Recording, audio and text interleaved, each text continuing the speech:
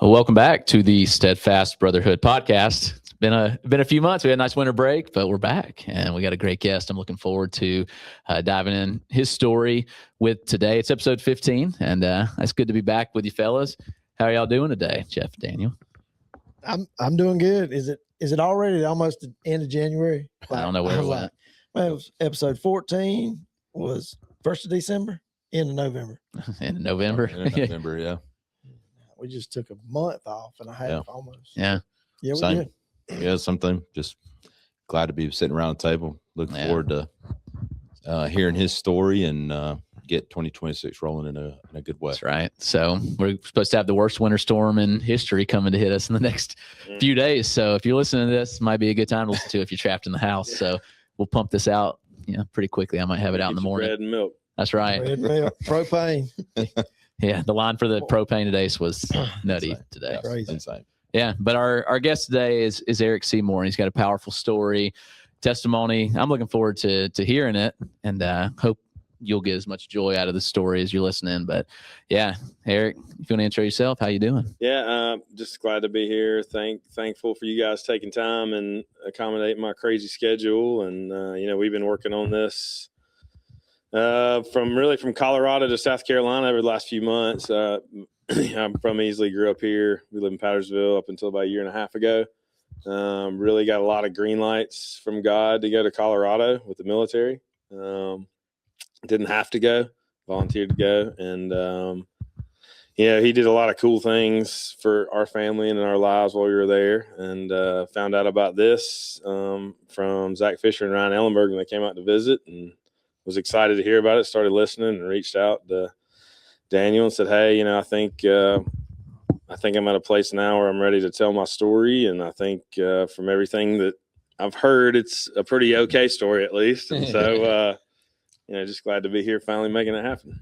Absolutely. Glad to have you. Glad to have you. Yep. So we'll give you the floor, and you can start wherever you'd like with your story, and nothing's really off limits as much as you want to share. And then we'll probably, interject with some questions and combo in the midst of it. But yeah, and interrupt me anytime you got questions or something. Or a lot of times when I explain things, it makes sense to me, but then I realize it may not make sense to everybody. So I'm looking more forward to this being a soldier a long time ago, get to interrupt a lieutenant colonel. When I feel like it. So that's going to be a brownie points for me. I finally get to do it. I have a feeling you probably did it back then too. No, man. No, maybe. And my story is, I don't know. I think it's neat. I think it's unique. I think everybody has a story, obviously.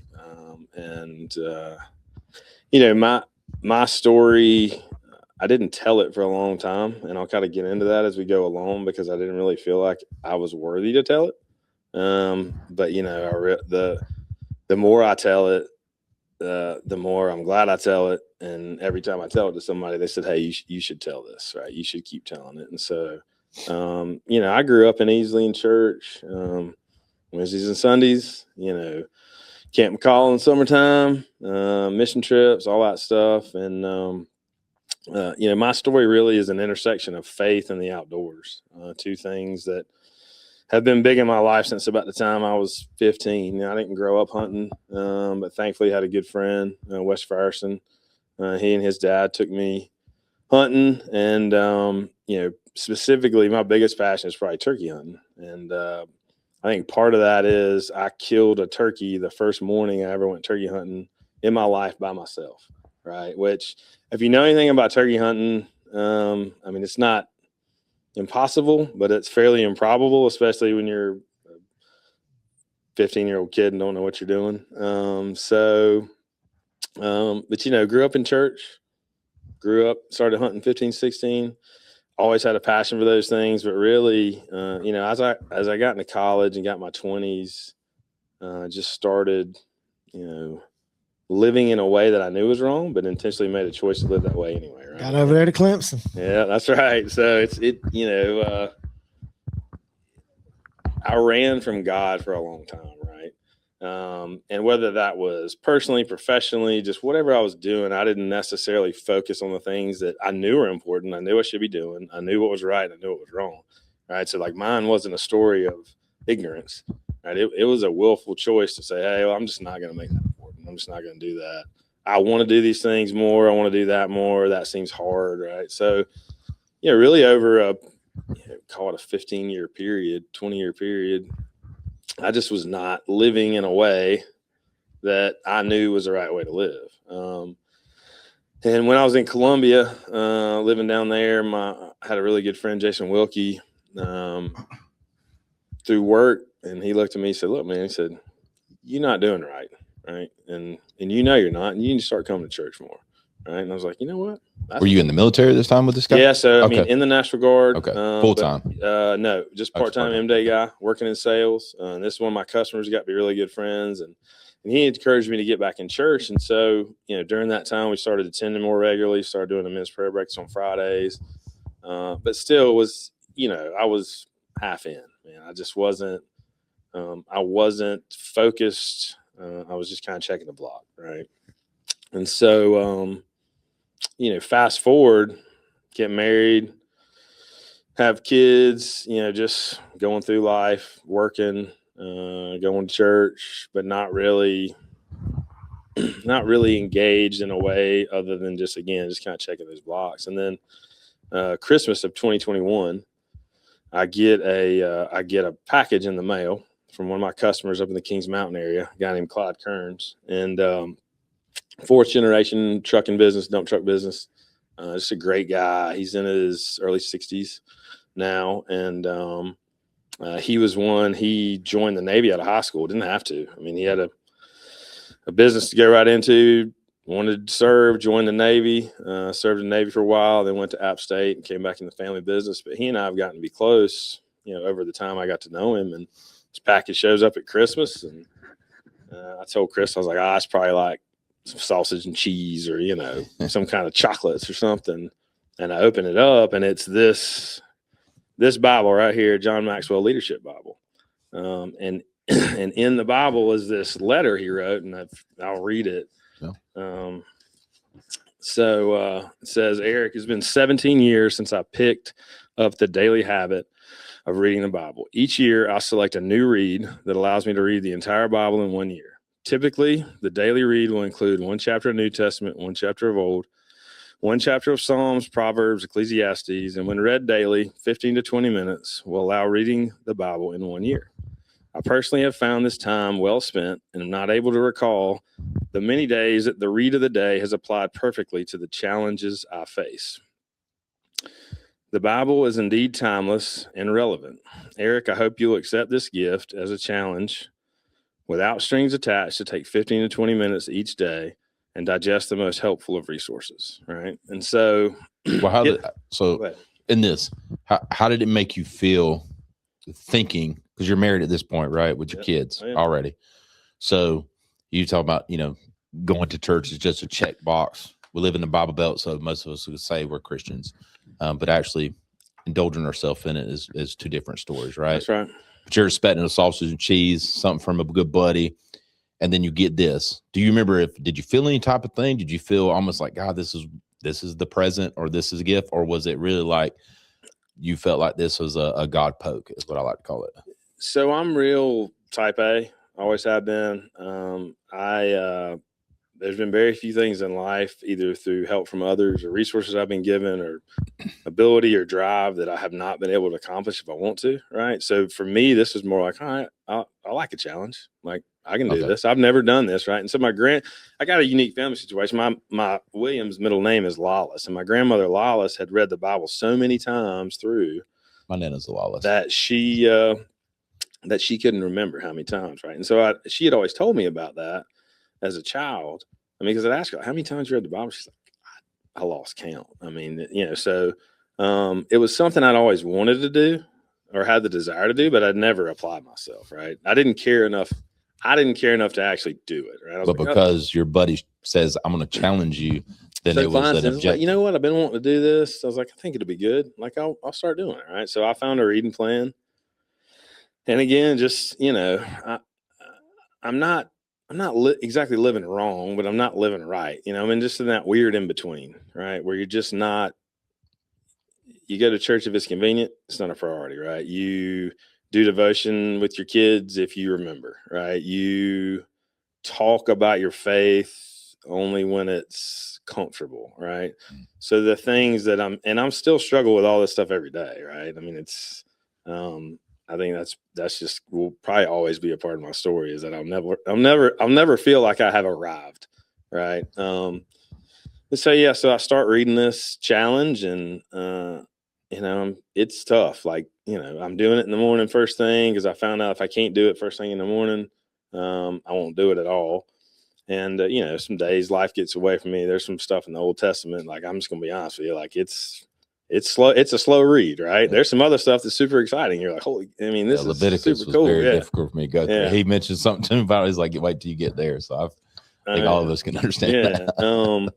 So I'm reading along and just again going through life, reading some days, not reading others, and catching up when I miss. And then for me growing up, I mentioned Camp McCall earlier. Camp McCall was really the place for me that was always kind of the grounding point. And for those who don't know what Camp McCall is up in Sunset. It's a Baptist boys camp. I went there as a kid. It's where I got saved. One of the bigger regrets I have in life is not ever working on staff up there, because I think it would have been really good for me looking back. But William, you have to have completed first grade to be able to attend, and he was finally old enough in 2022 to go. So, just kind of frame it again. Bible Challenge 21, reading up about 6 months into it, summer 22. William's finally old enough to go to Camp McCall with a group of dads and boys, and we go and just have the best weekend. So much fun. I finally get to share some stuff with him. The guy who's running Camp McCall, Matt Allen, they call him Spinner. He was actually a counselor when I was a kid, and we were close, and I hadn't seen him in 25 years. Wow. And so got to reconnect with him up there. We actually found a picture of me and him, one from 97 and then one from 22 when we were up there. And so it was really neat. And then, that Sunday, come home from camp and something's just not right. Like, I don't feel good. Got some pain. And I'm like, I told my wife, I was like, something's not right. I need to get a doctor. So that Tuesday, I go to the doctor, and doc's like, yeah, we'll get you checked out. It's probably nothing, right? And he's like, just get an ultrasound just in case. Like, you probably it's got infection, or you just probably something simple. And this is after camp. This is the day Sunday we leave camp. Okay. Right. So that Tuesday night, I get a ping in my chart with a report about 8:30 at night, right? And of course, no doctor's office open, but I start reading and pretty quickly realize that I have more than likely have testicular cancer, right? And so I'm freaking out, trying to get a hold of some medical providers, trying to find out exactly what this report means. Like, what's the probability? Is this benign? Is it malignant? Like, what's going on? And get a hold of the doc, like through a friend who works there. And he's like, I don't know, we'll figure it out. And, I just remember sitting on the porch, just kind of in shock on our back porch, and Crystal's crying. And,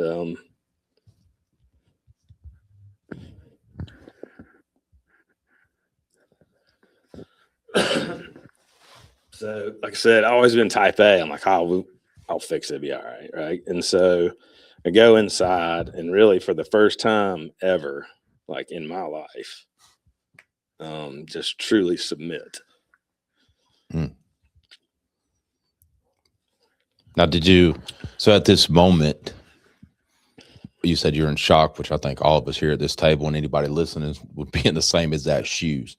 Was the next thought to pray, to submit, or was the next thought any anger, or I can do this, it's another challenge and we're going to hit this head on? Or how did that motion go about, if you can remember? I remember it vividly, right? Okay. And I remember just being in our bathroom, and I got on my knees. And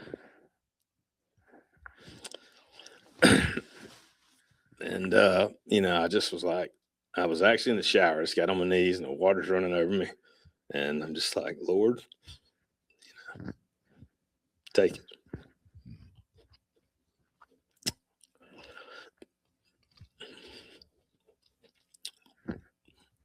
And, I said, you kill me, kill me. I said, I know where I'm going. I said, keep me here, keep me here. I said, but I was like, just look out for my family. And sorry. No, take your time. And so, for the first time ever, I was just like, I can't do anything. I'm helpless. Like I felt completely helpless. And, it was in that moment where, like I said, I've been running for him for 20 years. And I mean, he caught me. And just like he always does, he caught me. And I was just like, I just felt this peace, right? I'm just like, man, I said, in the shower, on my knees, just praying, weeping. I mean, just weeping. Yeah. Like I have never wept like that. And just like, Lord, you win. You got me. And so, the next morning, I'm 2 weeks behind in my reading plan, right? From where I should be. That from a Bible gift that was given to me 6 months earlier for Christmas, right? And my reading is John chapter 11, right? So just, if you don't mind, start with chapter 11. You may start at 1? Yeah, go 1 through 4. So John chapter 11, verse 1. The title is The Death of Lazarus. Now a man named Lazarus was sick. He was from Bethany, the village of Mary and her sister Martha. This is Mary, whose brother Lazarus now lay sick, was the same one who poured perfume on the Lord and wiped his feet with her hair. So the sisters sent word to Jesus, Lord, the one you love is sick. When he heard this, Jesus said, this sickness will not end in death. No, it is for God's glory, so that God's Son may be glorified through it. So, I mean, you can imagine, I figured out I probably got cancer. I don't know for sure, but I figured it out pretty close, right? For the first time ever, I submit. I wake up the next morning, and that's what hit you in the mouth. That in 2 weeks earlier, I should have read it. But because of my imperfection, I was on chapter 11 that day, and I should have been there 2 weeks before, right? And so, I was like, man, I showed that to Crystal, and I was like, I don't know what's coming. I was like, but like, I mean, what do you say, right? When you read that, right? And so, well, so I want to get the feeling on that because I'm the type of person that'd tick me off. Because like, man, it didn't have to do all this, and why you have to do that? Like that was my struggles. Was I was either happy or angry. Yep. And I would look at God moments or God posts or God things and just be mad about it because it's like, man, you let me do this for 2 days, and now you hit me with this, man, bump you, kind of thing. Did you feel that, or was it like, man, I this is God's way to say, I got you, brother? And I think that to me, like, I think it was, I think this for me was the answer that when I finally chose to submit and truly submit, to be like, so this was clarity to you. Like, whether you kill me or not, like, I can't do anything about it. Like, you're in control. Gotcha. Right. And when I read that, it was like, yep. He's like, I am in control. And so, I was like, well, touche, well played. Right. So, and I didn't tell anybody other than Crystal about this for a long time. Because I didn't feel like I was worthy to tell it. I mean, this happened my reading was on a Wednesday morning. We went to the beach with my family on Saturday, couldn't get to the doctor. So I spent a whole week at the beach with my family, not knowing for sure whether I had cancer or not. Did you tell anybody on the beach trip? Didn't tell him, my family. So you just faked it. I just limped along, right? I mean, I just change thoughts, drink water, and that's right, drink water. And so finally get into the to the urologist, and he's like, walk in. I heard this guy was really dry, but he's really good. Walk in, Crystal's in there. I'm just, I mean, even though I know it's in God's hand, like, we're all pretty imperfect, and I'm like, I'm kind of nervous. Like, all right, what's he gonna say? He walks in, he's like, hey, he's like, good to meet you. It's like 99% chance you got cancer. We'll cut it out. You'll be all right. It's like, yeah, any questions? I was like, no. He's like, when you want to do it? I was like, what you doing after lunch? I was like, you good today? And he started laughing, and he was like, well, you've had your full body scan, right? And I was like, no. He's like, oh yeah, you need to go get scanned to see if you got it anywhere else. He's like, you may have it other places too. We won't know till you get scanned. I'm like, okay. And so that day I go from the doctor to get no gray area with that guy. Yeah, I go and get scanned, and that was really, I mean, I got the report, and Crystal met me, and like it was on my phone, just like it always is before you even hear from the doc. And I was like, let's see what it is. And I started reading it, and as y'all can tell, like, I'm a pretty emotional guy, like highs and lows. But I started crying, and she couldn't understand why I was crying. Like if I was crying because I had cancer, if I was crying because I didn't have cancer. And it said it was clear, and just kind of gave a further encouragement there that, hey, like, you're gonna be all right. I mean, so have surgery, stage 1 cancer, get it out, everything's good to go. And so for me, like, you go from you got cancer, and then you're done with having cancer in about 25 days, right? Like literally, less than a month. Yeah, less than a month from the time I figured it out to the time I had surgery. And there's all these ups and downs and swings in between. And I just, like, my biggest question was, I'm super healthy at the time. Why did I get cancer? Why did I get good cancer? Like, why are you not killing me? And what am I supposed to do with it? All right.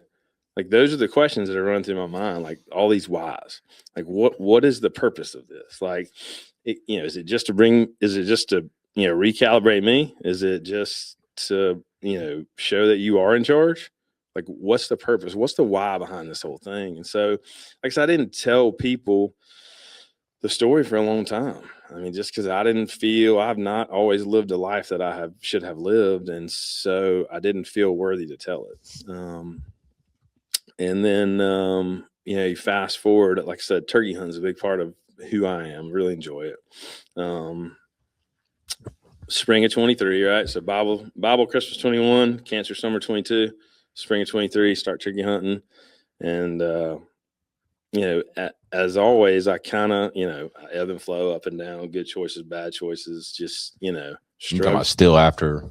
I mean, and not as much, right? Like, right. I mean, really, really grounded, starting to understand, hey, faith and family, like things that matter, right? Like, but it's still, I mean, as everybody, still making mistakes, but really recalibrated to what truly matters, right? And then spring of 23, took some customers to go turkey hunting, killed a turkey in South Carolina. And so if you're not familiar with the Grand Slam is killing the 4 major subspecies of turkeys in North America, really the United States, right? So you got the Merriams, the Rios, the Eastern, and the Osceola, right? The Eastern are primarily where we are. Osceola is only in Florida.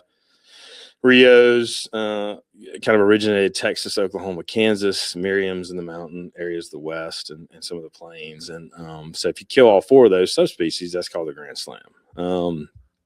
For me, it was kind of a far off lifetime type goal.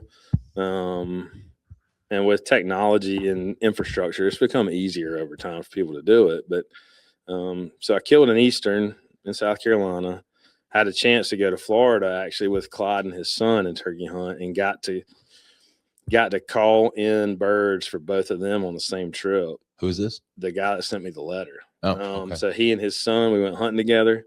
And had a chance to kill turkeys with those guys and hunt with them together, which is really cool. So I killed an Osceola. We went to Colorado for spring break as a family, and it was during turkey season. We took our gear and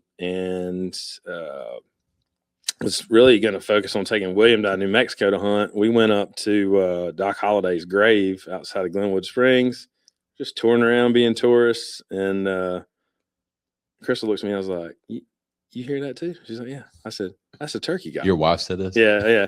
I was like, yeah. And sure enough, we came up there by Doc Holliday's grave. There's a turkey out there gobbling and strutting right up in the graveyard. So typical easily fashion, I call up the Parks and Wildlife. I'm like, hey, how can I hunt up here where I am right now? I was like, there's some turkeys up here. She's like, well, you can't hunt there, but you can hunt this other spot. So scouted and found some birds on public land, went in there the next morning by myself, About died because I fell in a snow-covered ditch with no cell phone by myself in the dark in Colorado. But crawled out, killed a turkey, came back down, and we took family photos and cleaned a bird in a rental Buick, and Sounds like some in Chevy Chase Christmas Vacation movie. So now I got 3 of the 4 major subspecies. Okay. Right? I got and all in the same season, right? So Grand Slam is an accomplishment. Single season Grand Slam, pretty cool, right? So we're flying back, and I talked to Crystal, and I'm like, just saying, like I could back into the single season Grand Slam here by accident. She's like, what do you mean? I was like, if I get a Rio, I could do it like in one season. And she's like, just go for it. And I was like, okay. So this is later in April, early May at this point. Next later in April, when there's really the Rios at, like I said, Texas, Oklahoma, Kansas. There's a bunch out west too. That I'm trying to find a place that I can get to, afford, have a tag for in the time frame allotted at the very end of these seasons, right? So Texas is almost done. People I talked to in Oklahoma, they're booked up. I found Kansas was over the counter tag, right? So you can go just buy one.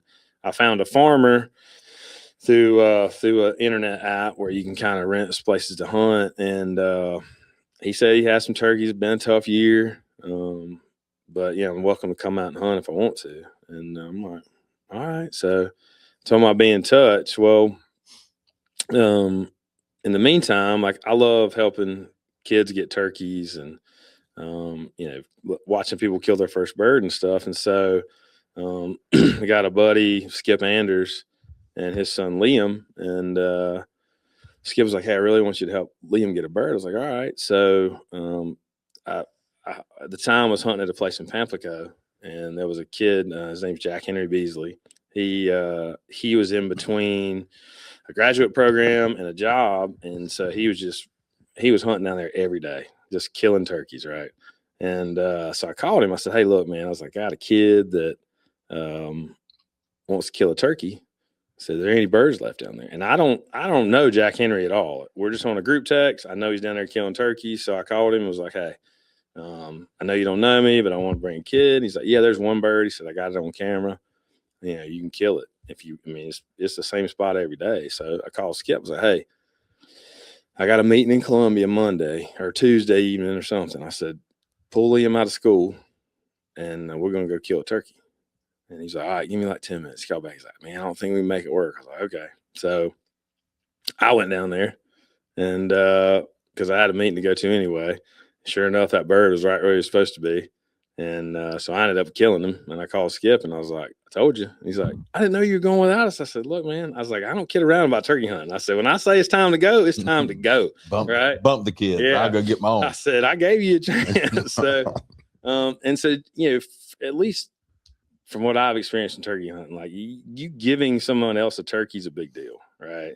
Like gifting another hunter a turkey. And so Jack Henry giving me that bird was really cool, right? Because it's a challenging sport. A lot of people at turkey hunt are paranoid and quiet and peculiar, right? And I think I fit into all those categories. So I'm talking to Jack Henry about killing the bird, and I was like, man, I said, I'm trying to back into this Grand Slam, but I said, I don't have anybody to go with me. I don't know if I'm gonna make it work. He's like, I'll go. I said, to Kansas? He's like, yeah. I was like, you serious? He's like, yeah, I'll go. I was like, okay. So I called the farmer. I said, hey, we can make it work.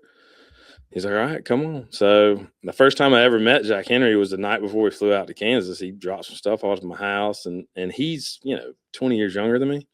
So it's a pretty big age gap, but we load up, fly to Kansas, and this whole time, right, I'm still struggling with why. Why did God give me cancer? Why did he choose not to kill me? What am I supposed to do with it, right? Still haven't told a lot of people this story. And the John 11:4 story for sure. And so get out there, get set up, find some birds, go in the next morning. We're excited. Like, oh man, it's gonna be good. Like I'm gonna get a single season Grand Slam. Everything's gonna be right.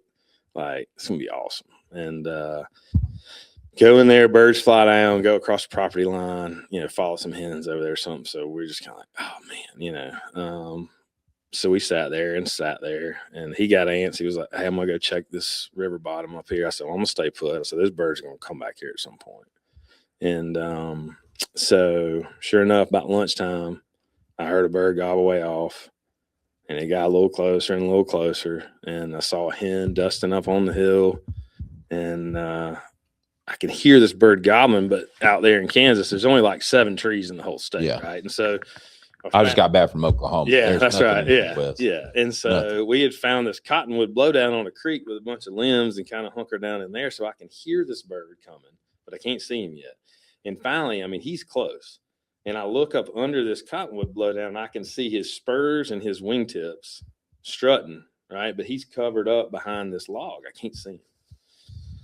And I sat there, and finally he works his way around, and there's another log kind of, facing perpendicular to where I am, going towards the creek, and it tapered down slowly, and the end of the log was right there at the edge of the creek. I was like, when he gets here, I said, he's going to figure out I'm not a real hen, and that creek's going to hang him up. I was like, so as soon as he clears that log, I got to shoot him. And so sure enough, I mean, I'm standing up at this point, kind of turned behind the cottonwood, trying to get a good position. And he starts to clear the log. And about that time, I click the safety off and just boom, hit him. And he rolls up, and I'm like, oh yeah. And I shuck another shell as I shoot with a pump, and he jumps up again. I said, oh no. And I hit him again, shuck another shell. He rolls, jumps up. I was like, oh no. And shot the third time as he's running off. I split a small tree in half, and because we've been sitting there so long, I took off my pack where all my extra ammo is. It's sitting beside me, and I'm standing up. So I take off running after this turkey, dead sprint, wide open, as hard as I can run for a half a mile, flat out. I mean, in hunting boots and toting a shotgun that's empty. I don't even know why I was carrying a gun at that point, but as hard as I can chase him, I'm just chasing him, trying to catch him, right? I don't know what I'm going to do if I catch him, but I'm trying to catch him. And finally, I mean, I give out, and he keeps running and runs off. And I'm just like, oh, and just, if you've ever missed a turkey before, missed an animal before hunting, like that is a very, I've never been hunting before. Yeah, it's a very destitute feeling. And so I started just crying, right? And I called Crystal, and she's like, why are you crying? I said, I was like, this is going to be my way to fix it, right? This was going to be my win in life after cancer, because I'm 8-9 months removed at this point. And I was like, I'm 1,500 miles from home. I've wasted all this time and money. I was like, I let you down. I wasted all this time, for nothing. And she's like, you didn't let us down. It's just a turkey. I was like, I know it's just a turkey to you, but again, like for me, I was just going to plug the hole, right, in answer a lot of the questions with this win, right? Because to go back to I'm type A, like it's always check the block, accomplishment, work towards something, do it, move on, right? And so Jack Henry comes back over, and he is like, oh, you missed. I'm like, yeah, missed. He's like, okay. He's like, well, we'll find another one, right? So we go to the friend of the farmer. It's got another piece of birds on it. We go over there. As soon as we get there, see a turkey going up and over the hill. So we circle around, try to get in front of them, set up. And, it's like something you see on TV. Bird comes up top of the hill with a hen. Hen breaks off. He sees a decoy, blows up and strut, starts gobbling, running down the hill. Just on a rope, right? And Jack Henry looks at me. He's like, who's going to shoot? And I was like, look, man, I was like, you take this turkey. I said, I missed, you take it. Right. And this is my Grand Slam, single season Grand Slam bird, right? Coming in. And I was like, you take it. And it gets close, and he don't miss, right? So he hammers it, and we're hugging and high-fiving and laughing and crying. And it's great. And he's like, man, that's the most selfless thing I've ever seen anybody do. And in that moment, I was like, and I didn't think about it in that context at the time, but I'm like, it was just the thing to do for me. Did you hesitate? I hesitated for a Okay, second. all right, Yeah, I was okay, like, but you wasn't that- okay, You take all it. Kind of whispered it a little bit. Yeah, and because so we chased them for a couple more days. We're supposed to fly out at lunchtime on that Sunday, and it becomes pretty apparent, like mid morning on Sunday, we're not going to connect. And he's like, "Hey, I checked. There's a red eye. We can change our flights for like $50, and we can hunt all afternoon." I was like, "You serious?" He's like, "Man," he's like, we're going to try as hard as we can. And we tried hard and we didn't connect. And so I'm flying home and I'm still just kind of like, man, I don't really, I'm just sad and wondering, what am I doing out here? And, why am I here? And, so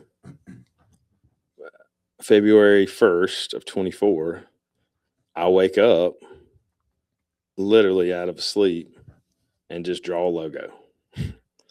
Right. And it's what will become the Rise logo. And it's 11-4 hidden in the word Rise. I literally just woke up and I still have a picture of the sketch, just sketched it out.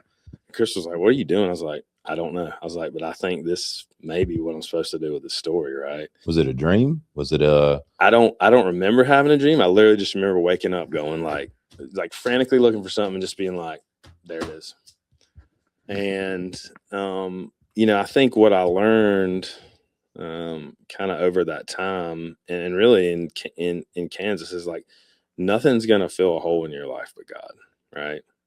It ain't gonna be hunting, it's not grand slams, it's not your job, it's not money, it's not even your family, it's not chasing alcohol, fame, any of that stuff. Nothing's ever gonna fill a void, right?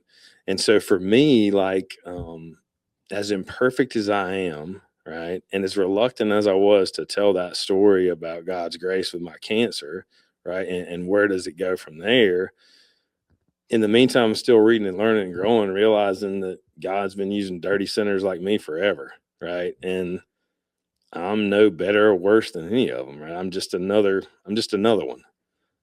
And so I think in that moment, that it just kind of became, all right, I think I'm going to start telling the story, but I don't know how. I still don't know how to tell it, right? And I don't know what it's for. So I told Chris, I was like, I'm just going to get a dozen hats made, right? And so I ordered some hats that next week, so like mid-February, hoping they'll be in time, for turkey season. I was like, maybe I'll just wear these hats with this logo and tell people the story and see what happens, or give it to them when we're hunting or something. And was this logo and this purchase, was it your way to kind of force you into telling your story? Or was it just something you thought was cool, just wanted to make a little money and just promote something?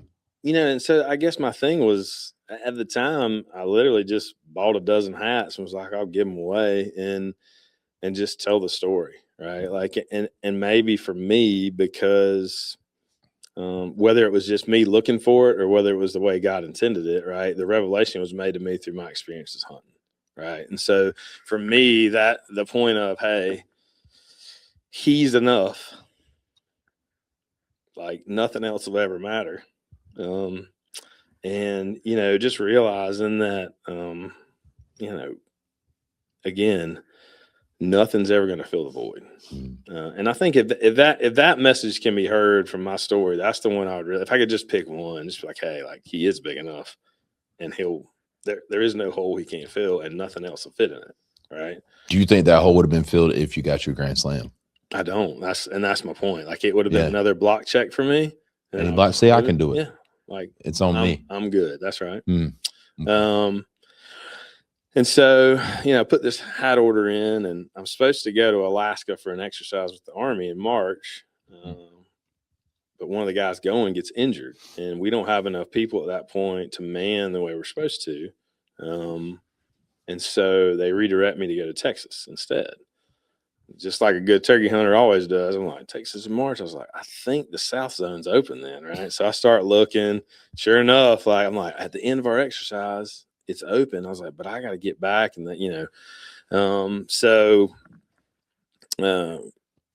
God's always got a plan. My Army boss at the time said, hey, there's a briefing there in Texas on the Tuesday after your exercise ends, but I'm supposed to give it. I can't make it. Can you stick around and give the briefing? And I was like, so I have the weekend off? He's like, yeah. I was like, absolutely. Right. So again, I packed some gear and find a rancher in way west Texas that has about 100 acres on the Rio Grande River, and like on the Rio Grande River, right? And so I call him. I was like, hey, you know, I noticed you have deer and like dove hunts posts. I was like, you got any turkeys? He's like, yeah, we see them from time to time. I was like, would you be okay? I mean, you paying to hunt there? And you know, he's like, yeah. And like, if you want to, he's like, nobody's ever turkey hunted there, so this is getting better and better, right? I'm like, you got turkeys, nobody's ever hunted them. All right. So go out there, and I spent some time on the border before doing some different things, and so I kind of knew what I was getting into. And so I called the CBP guys and said, hey, look, I'm going to be out here with a gun by myself in this area. Like, you know, just I'll call you in and out just so you know where I am. And, you know, if I don't call, then you'll know to come look for me in certain spots. And of course, I'm not telling Crystal any of this. I'm just like, oh, yeah, it's just, you know, it's just ranch in Texas. And so I got out there the day before the season opens, exercise ends. I get out there, I'm scouting. And I thought I heard a bird gobble. So I go up. I guess this place has been a sand and gravel pit at some point. There's like a stockpile. So I go up on top. And by that time, I see two CBP guys come blowing through with M4s, dead sprint. And I'm like, they're looking for me. So, because I got a shotgun. Okay. And sure enough, I come down and I'm running after them with a gun, yelling. And I'm like, this is a dumb idea, right? Yeah. So I go put the gun over by a tree and then come back around. They're like, hey, are you, what are you doing? I was like, I'm hunting. I was like, I called the station. I said, nobody tell you? And they said, you call the wrong number. They're like, call this other number, you know, and let us know what's going on. So I was like, oh man, I appreciate it. Super guy. It's super good guys. And so I go in the next morning, it's opening morning, it's quiet as a mouse, right? And I don't hear anything gobbling. I'm by myself on the river. You can hear all kinds of stuff going on across the river. And I'm just like, man, you know, I guess it ain't meant to be, and it'll be what, you know, it is what it is. But I settled into comfortable spot in a mesquite tree, and about that time turkeys just started coming out of everywhere, and probably 20-25 turkeys showed up. Never made a peep, just showed up. Had you know, 2 or 3 strutters out there just putting on a show, and was fortunate enough to take a bird. And so I'm by myself on the Rio Grande River with a Rio Grande turkey. And it was just one of those things. Like I called Jack Henry, and you know, called my wife, and Jack Henry and I are talking and laughing and crying, and Crystal's crying, and it was just a really cool moment for me, you know, to experience God's timing, not mine, right? Like he knew what was going to happen before it all happened anyway. He knew how it was going to end, and having that moment for me as a hunter was really cool. And it was also like, hey, like I can't control any of this. He's in charge, right? So you knew even at that time, killing that bird, it wasn't about the bird. No, it wasn't, man. It was the fact that you knew that I didn't let you kill this one here so you could understand where I'm bringing you. That's right. But I'll let you get it here. That's right. I mean, and for me as a turkey hunter, you know, it like, again, how cool to be adjacent the river that the bird is named after. Right. I mean, how cool is that, right? Mm-hmm. And so hats come in that turkey season while I'm going in Texas. They come in, and I just start hunting with people and handing them out. And I don't even really hand them out until people ask. They're like, "What's that hat?" Right? Because I'm still reluctant, but I just start telling the story. And I just start framing it, you know, as it's a story of imperfection. It's a story of, you know, hope for me. It's a story of grace. And there's a guy who, a builder, Hirschberger, they're out of Pickens area. And I'm telling this story to him. And this to me is when it really hit, like something he said. He doesn't know it yet, but he's going to be on probably the first page of the book. But, yeah, I tell him this story, right, about the reading plan, about being behind. about missing the bird. And then, So is this the first guy you told like kind of the whole thing? No, Or I started, first dude's not an intimate relationship with it knows?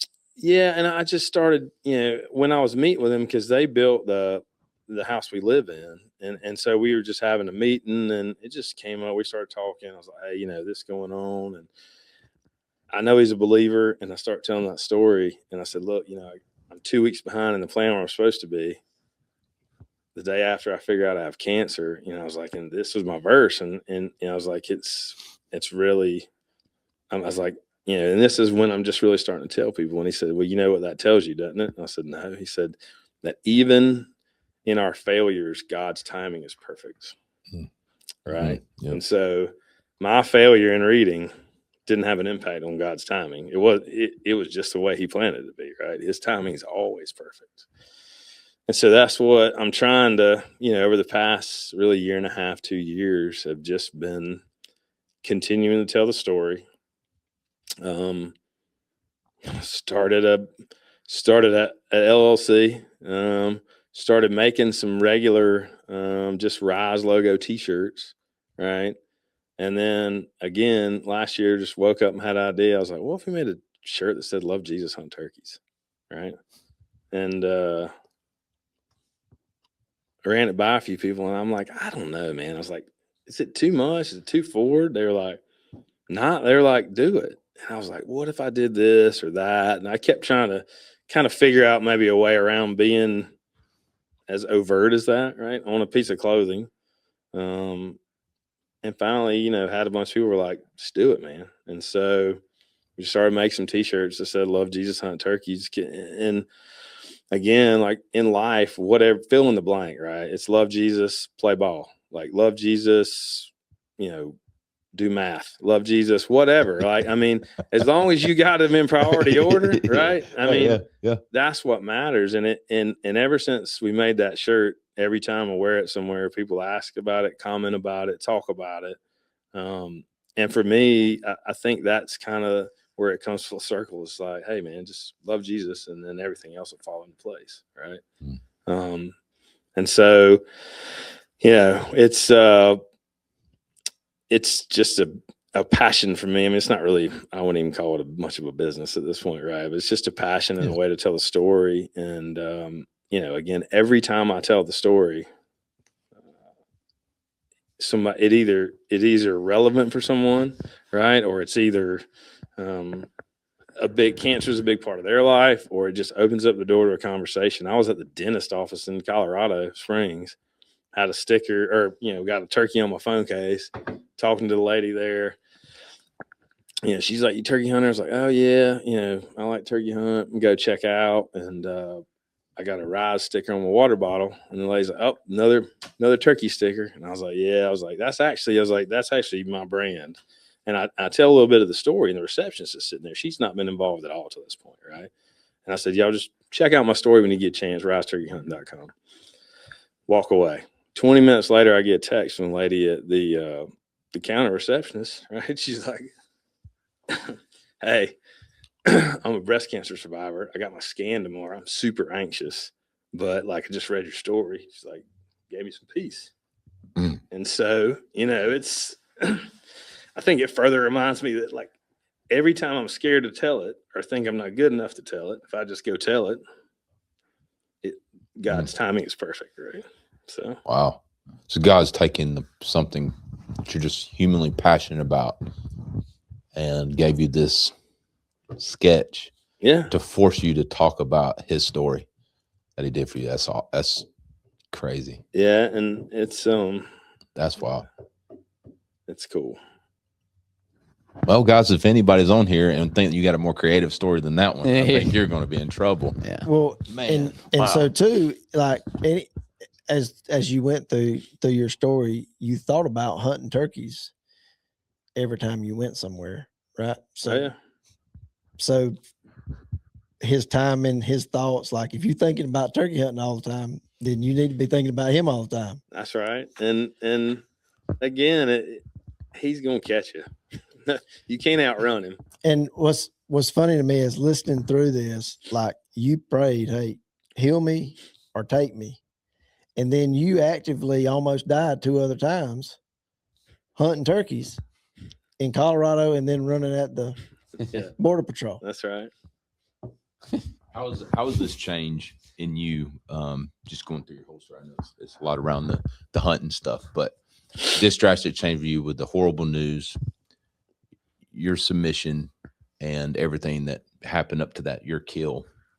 In between that and now, how has it changed for you being the head and the lead in your household amongst you got how many? We got kids? 2, yep. 2 boys, right? Boy and a girl. Boy and a girl. We got William and Nora Grace. William's 10. So how was that change from before, then cancer, and then this? Has it drastically changed how you've loved your family, how you lead your family? Did your family look different? Because you talk about Crystal, right? Yeah. Seems like she's supportive. I mean, there's probably a lot of wives like, I hate when my husband go hunting. She's all for it. But man, I'll tell you, despite me, like, she is so supportive. She's so calm and peaceful. I'm not. I'm the exact opposite. Like, I'm just wide open, a mile a minute, just type A, go, work. She's like, just, chill. And so I think, I think God taking us to Colorado too. All this is kind of happening after, I guess, I killed a bird in March, and then we're in Colorado in July. And we don't know we're going to Colorado till like June. And we just kept getting green light after green light after green light to go. Right. Like, we got time for a little more.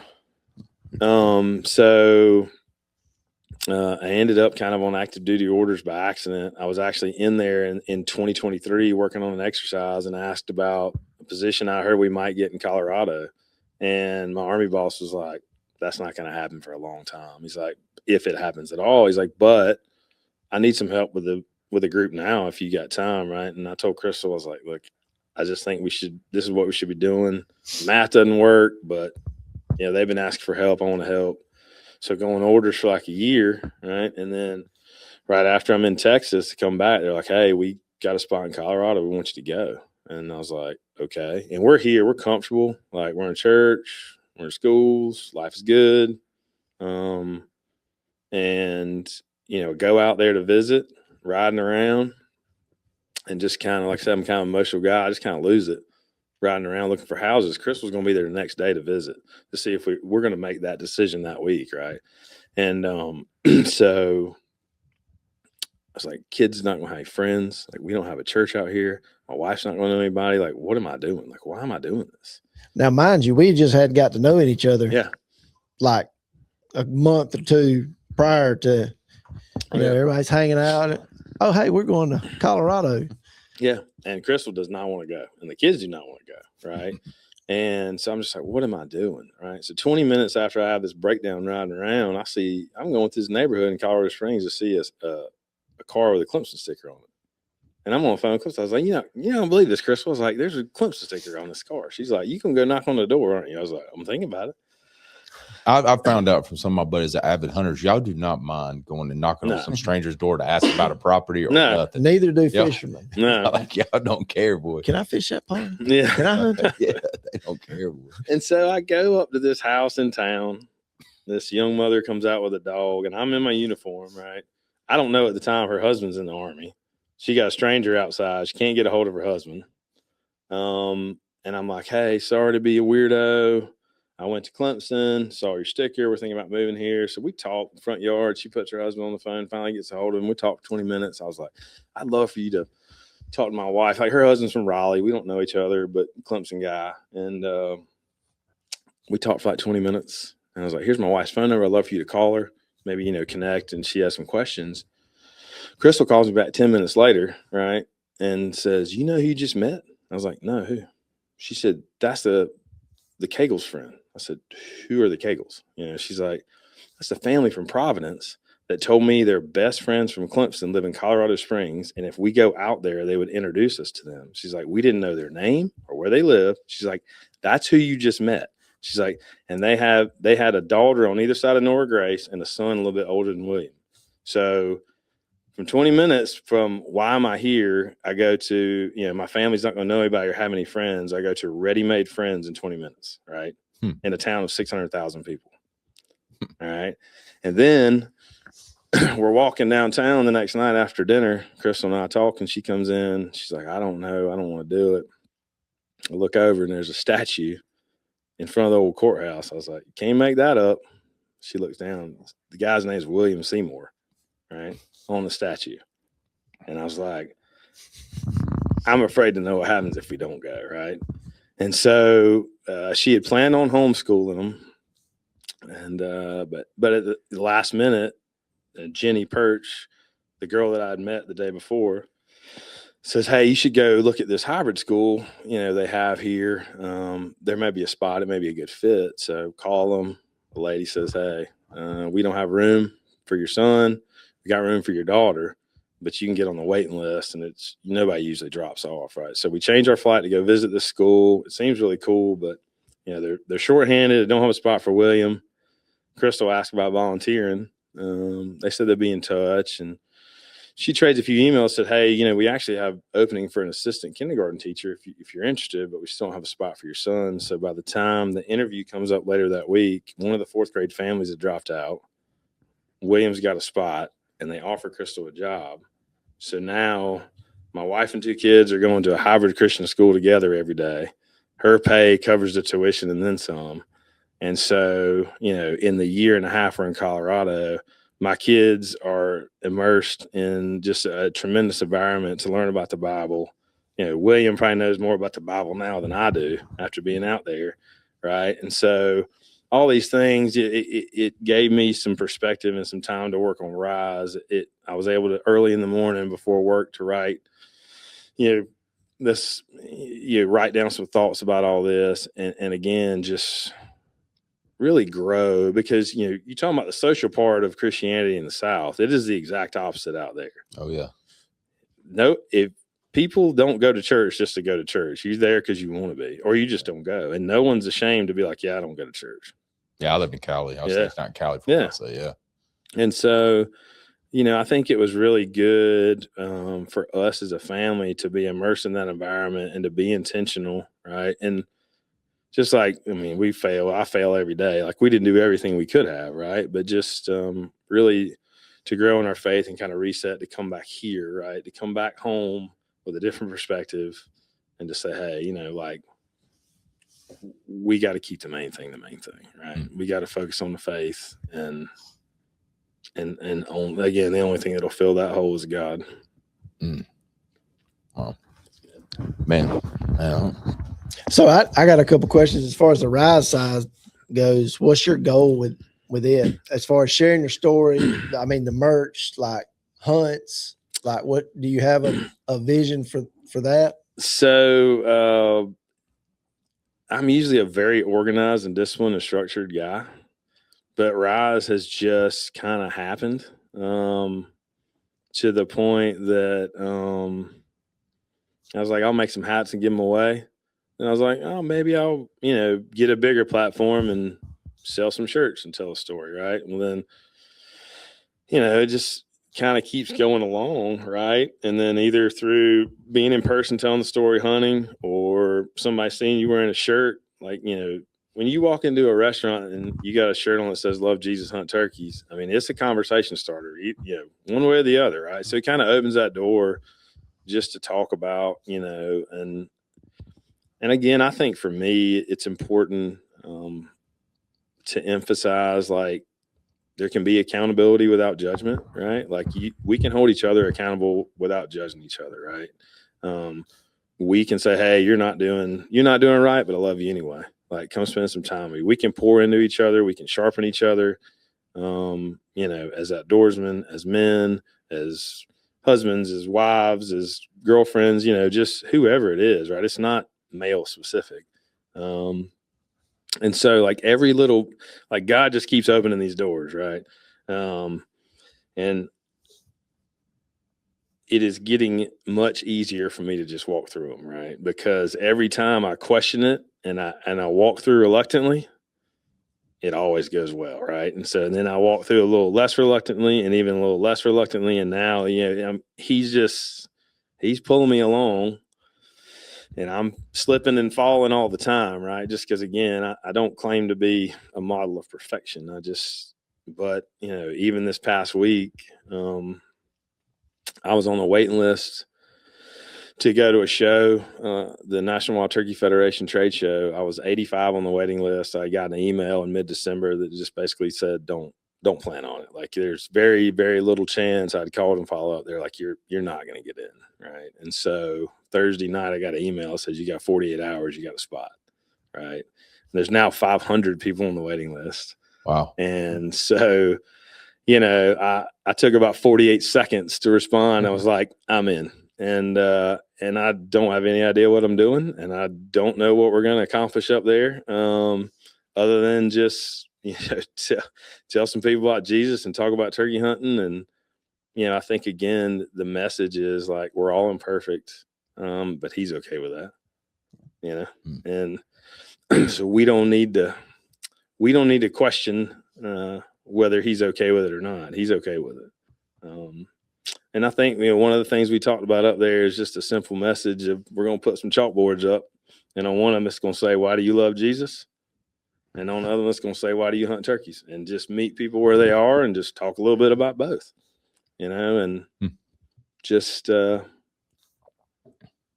see where it goes from there. Like I said, just keep walking through doors He opens. So. Heck yeah. Absolutely. One more question for me, and then I guess, Chris, you can handle the rest. Just because, you're higher ranked in the military, and that world, the world that I remember was, you smoke, no, you drink, no, you will. And that's more promoted and celebrated. Even if you're a weekend warrior, you're full time. How was that? Again, you being a lieutenant colonel, how has that changed from that drastic moment to having that basically contact with our Creator? How's that affected drastically, being in that leadership role with a bunch of people that one have to force to shut up and listen to you, but how you carry yourself differently in that uniform and in that profession, and still perform your job as a lieutenant colonel, but project yourself as a believer, a Christian, in that world that doesn't really promote that kind of belief or to live a certain way. Yeah. So I struggle with it, right? Because for 23 years, I've established a pattern within that uniform, right? Of,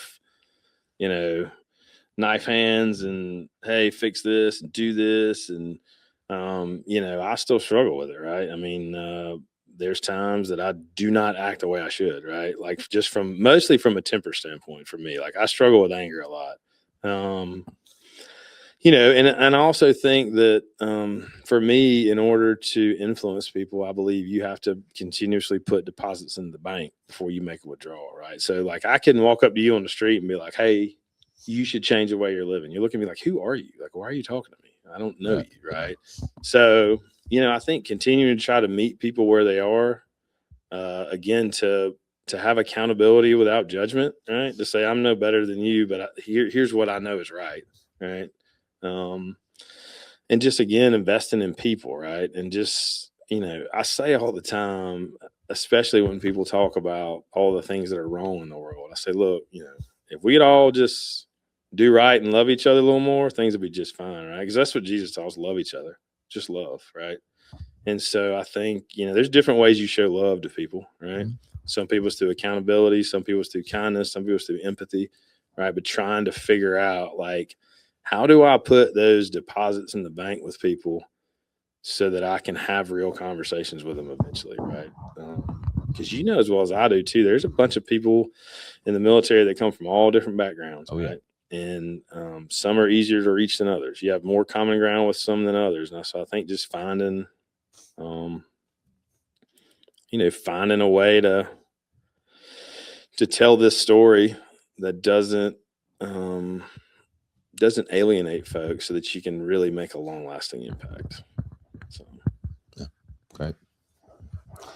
I ain't got anything to add. That's good stuff. Yeah, good questions. Awesome. But yeah, let's pray and we'll close out. Heavenly Father, I just thank you so much that we can be here and that we get to do this, God. And I thank you that man, every little part of our story is yours, and that you use every little detail to touch people and lives, Lord. And when we don't understand it, you still use it. And we look back and we see your fingerprints all over every one of our lives, God. I thank you that you've done that. Thank you that you've done that in Eric's life, as we've just heard a powerful testimony. And I pray you'd continue to use him and use Rise Turkey Hunting just to reach people for the gospel. And Lord, you can use so many different things, Lord, and I'm thankful for that. And I just pray that story would continue to reach people, and that people that need to hear it will hear it. And I pray today that if somebody's heard it that needs to connect, that they would, Lord, and you would continue to use that. And this would be a lifelong story that just reaches people for the gospel, God. We thank you today that we have this privilege, Lord. And I pray that just one listener today was just touched by your love and your mercy and your grace, God, that we don't deserve, but we thank you for. So as we go about our ways today, that we would just remember to be bold, and we just walk through those doors with boldness for you, God. That's in your name we pray. Amen.